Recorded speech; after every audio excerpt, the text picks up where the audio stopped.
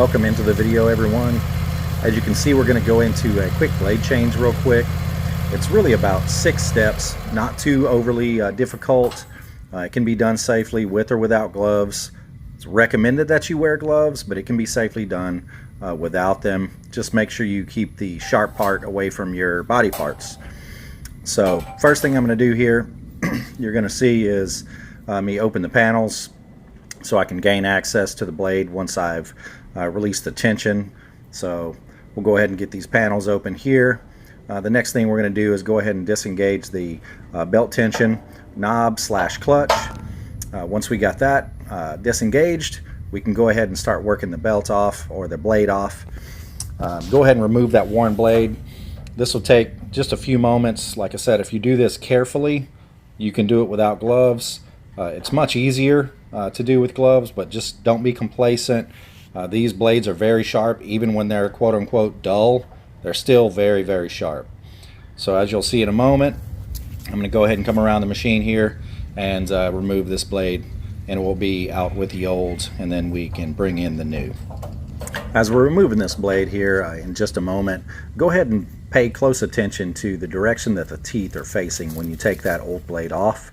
You got to put the new blade on in the correct orientation where it won't cut the wood properly.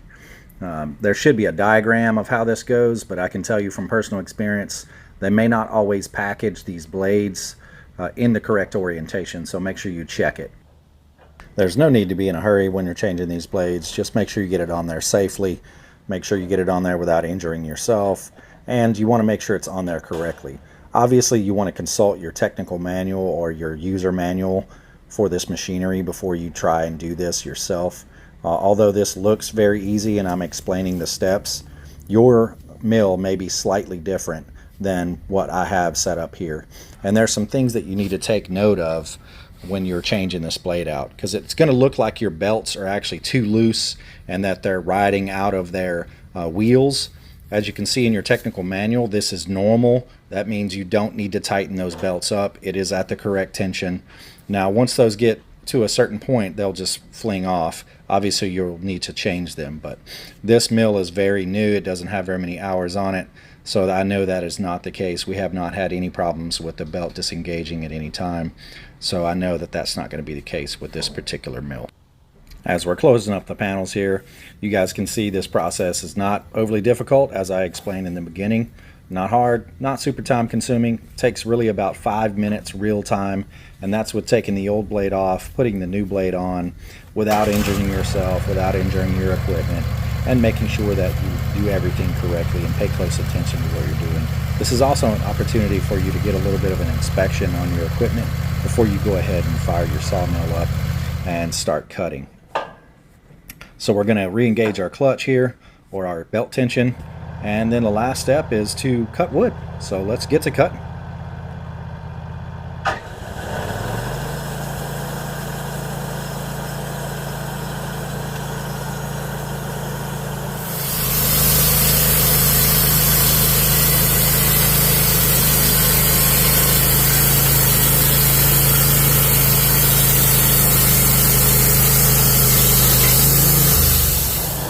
Alrighty, that looks like a beautiful pass there.